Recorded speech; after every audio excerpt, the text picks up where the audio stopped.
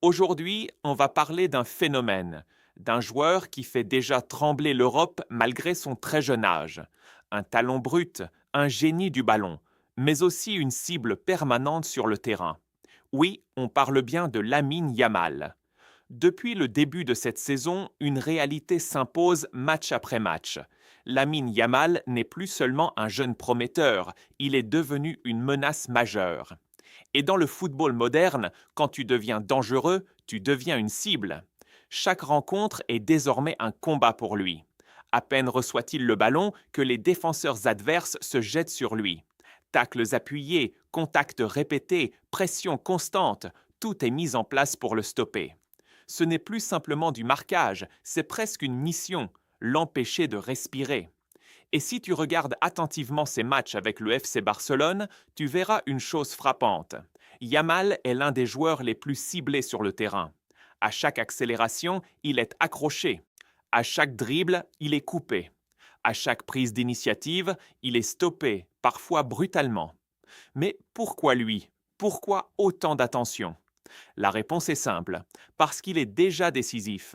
Parce qu'il casse les lignes. Parce qu'il ose. Et surtout, parce qu'il n'a pas peur. À seulement 16 à 17 ans, il joue avec une maturité incroyable.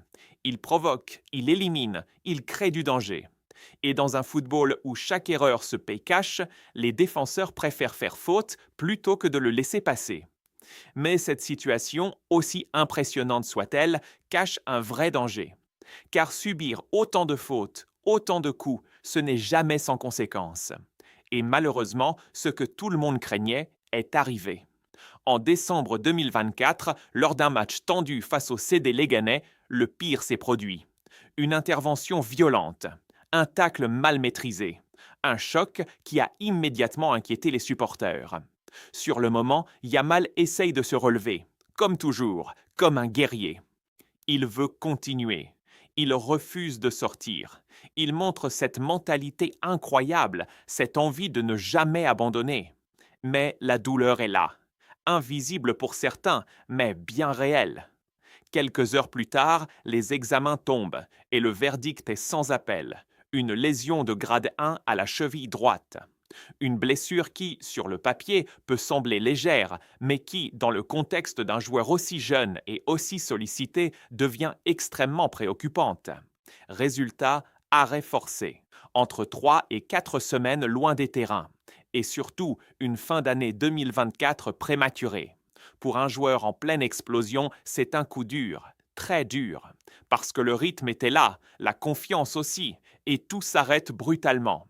Mais ce qui inquiète encore plus, ce n'est pas la blessure en elle-même, c'est ce qu'elle représente, un signal d'alerte. Car cette blessure n'est pas arrivée par hasard. Elle est la conséquence directe d'un enchaînement de fautes, de contacts, de pression constante. C'est le prix à payer quand tu deviens une star trop tôt. Et là, une question se pose. Le football est-il en train de briser un prodige avant même qu'il atteigne son apogée? Parce que oui, Yamal n'est encore qu'un adolescent. Son corps est encore en développement. Ses muscles, ses articulations, tout est en construction. Et pourtant, il subit déjà l'intensité du très haut niveau. Une intensité que même certains joueurs expérimentés ont du mal à supporter. Et c'est là que le rôle du staff devient crucial. Sous la direction de Hansi Flick, le Barça doit prendre une décision importante. Continuer à exploiter ce talent exceptionnel ou le protéger pour garantir son avenir. Parce que le risque est réel. Trop de matchs, trop de pression, trop de coups. Et l'histoire du football nous a déjà montré ce qui peut arriver quand un jeune talent est exposé trop tôt. Des carrières brisées, des potentiels jamais atteints, des joueurs qui disparaissent aussi vite qu'ils sont apparus. Mais Yamal, c'est différent. Il a ce quelque chose en plus, cette capacité à revenir, à s'adapter, à apprendre. Même après cette blessure, il a montré une mentalité impressionnante. Pas de panique, pas de peur, juste de la détermination. Mais soyons honnêtes, combien de temps cela peut-il durer? Combien de coups peut-il encore encaisser avant que le corps dise stop? Et surtout, le football va-t-il enfin le protéger? Parce que pour l'instant, la réalité est brutale. Chaque match est un test, chaque duel est un risque, et chaque minute passée sur le terrain est une bataille. Alors oui, Lamine Yamal est une star en devenir, mais aujourd'hui, il est aussi devenu la cible numéro 1. Et la suite de son histoire dépendra d'un équilibre très fragile, performer sans se détruire. Droit, si tu veux voir la suite de cette histoire, comprendre comment le Barça compte le protéger et ce qui pourrait changer dans les prochains mois, like la vidéo, abonne-toi à la chaîne et active la cloche pour ne rien rater. Tu as suivi la première partie, tu sais déjà que Lamine Yamal est devenu une cible constante sur le terrain. Mais maintenant, on va aller plus loin. Parce que la vraie question n'est plus seulement pourquoi il prend autant de coups. La vraie question c'est droit, pourquoi personne ne fait vraiment quelque chose pour l'arrêter. Dans le football moderne, protéger les joueurs talentueux devrait être une priorité. Mais dans la réalité, c'est souvent l'inverse. Plus tu es fort, plus tu es ciblé. Plus tu brilles, plus on te frappe. Et ça, ce n'est pas nouveau. Regarde ce qui est arrivé à Neymar. Pendant des années, il a été l'un des joueurs les plus talentueux au monde, mais aussi l'un des plus maltraités sur le terrain. Coupe du Monde 2014, blessure à répétition, faute violente, son corps a payé le prix de son génie. Et aujourd'hui encore, beaucoup pensent qu'il aurait pu aller encore plus loin, sans toutes ces blessures. Même chose avec Lionel Messi à ses débuts. À l'époque, en Liga, il subissait énormément de fautes. La différence, les arbitres ont fini par le protéger.